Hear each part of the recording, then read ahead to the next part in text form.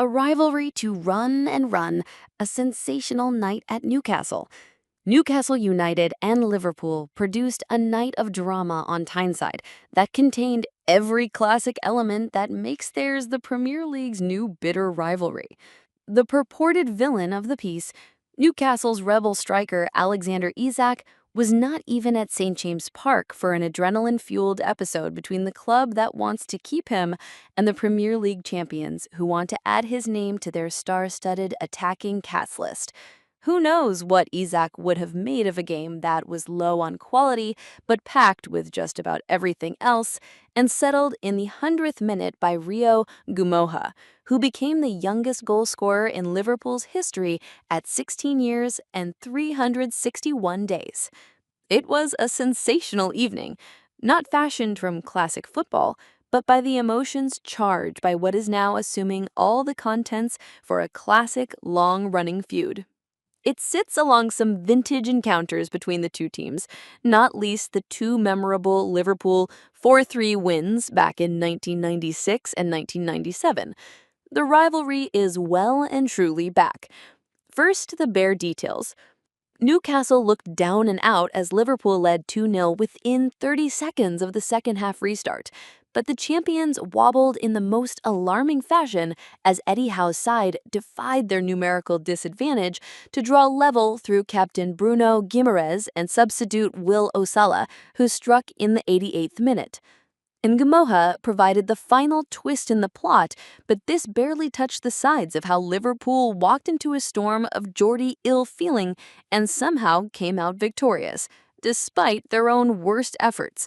The long-running Isak saga has ramped up tensions, especially at the Newcastle end, where they have been affronted by how the Swedish striker has become seemingly unsettled to the point of no return by Liverpool, who, with indications they would bid $120 million, nowhere near Newcastle's $150 million valuation, then offered a paltry $110 million.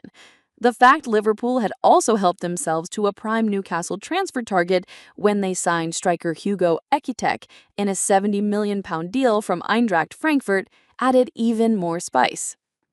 The list of subplots would have provided an intriguing backdrop to what are usually pre-match boardroom pleasantries, with Newcastle chairman Yasser Al-Rumayyan in town to make his presence felt. Newcastle enjoyed their greatest day in recent history when they beat Liverpool in last season's Carabao Cup final, but there was an atmosphere of naked retribution inside St. James Park even before this game got underway. Ekitike was a target even when he was in the dressing room, Newcastle fans jeering his name loudly when it was read out before the game. A Newcastle banner stretching along a stand read, "Get into them." The team followed the advice to the letter, and then some.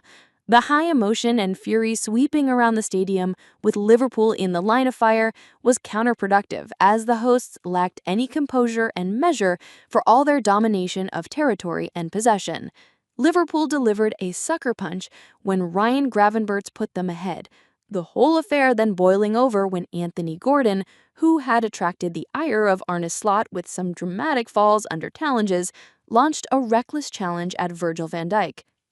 With the volume rising, referee Simon Hooper consulted the screen, but the outcome was a formality. The mood at St. James Park darkened further. Gordon's tackle was symptomatic of how Newcastle were not in control of their emotions, despite the fact Liverpool had looked like rabbits in the headlights at the slightest sign of pressure. The England international's forthcoming 3-match suspension also adds another line to the script.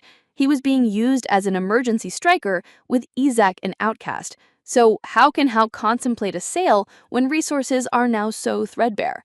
And then came the twists and turns of the second half, with a new page written in Liverpool's history as Ngumoha, who turned 17 on Friday, rounded it all off in unforgettable fashion.